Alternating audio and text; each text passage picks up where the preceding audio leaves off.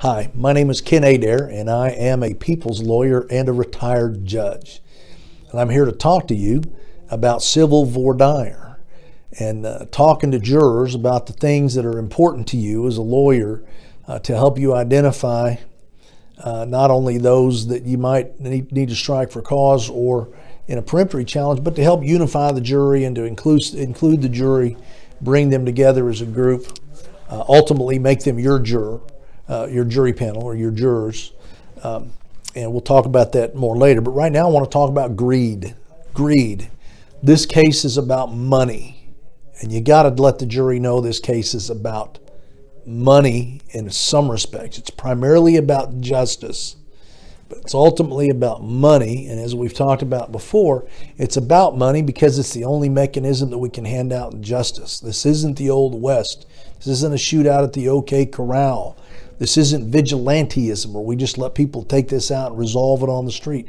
Can you imagine if we didn't have civil courthouses, if we didn't have the civility of a civil courthouse with a judge and a jury and lawyers following rules to tell the evidence and present only the competent, credible, believable evidence? Can you imagine what type of chaos there'd be out there if we didn't have this process? So it's ultimately about money damages because that's all we're afforded. And you got to give money for things that money can't fix, because otherwise what do? We just become anarchy. We become vigilantes. We become mobsters, rioters, and violent people. And that's not what we're trying to do. This is civil justice, civility in a civil courtroom. So you talk about greed. Then you ask the jury panel about greed and the fact that in this trial you're the only person, I'm the only person, ladies and gentlemen, who will be asking for money in this case. And if I ask for too much money, I might offend you, but if I ask for too little money, I'm going to offend the person that I'm here to represent, and that's my client.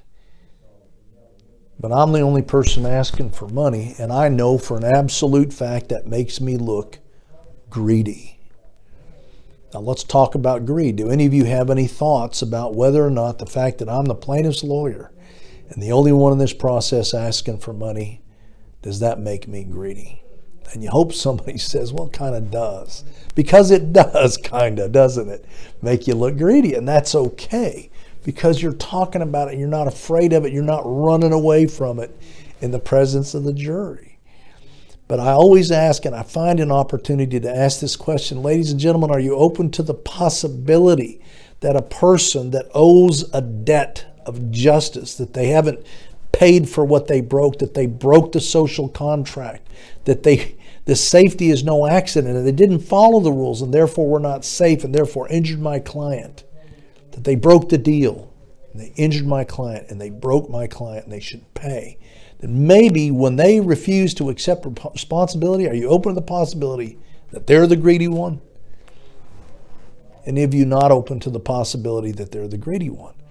And you flesh that issue out, because greed is not about always asking for money. Greed is sometimes about refusing to pay what you owe.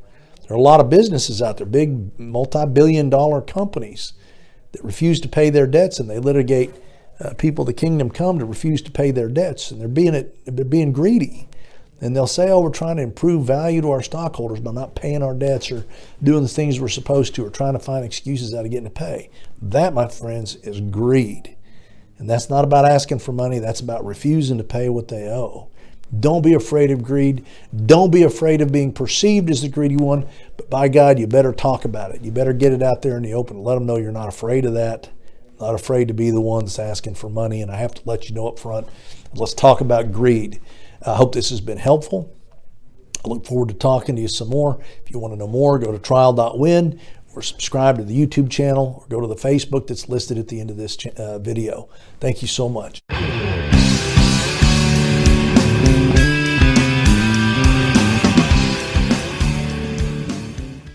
Effective, honest, and passionate trial presentation can mean the difference between a multi-million-dollar verdict and a defense verdict.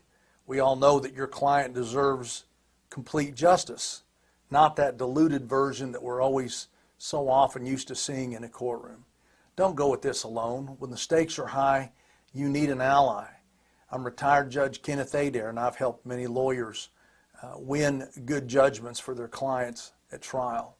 Go to Trial.Win to learn more about my first chair, mock trial, and pretrial sociometrics services to help you win your next case.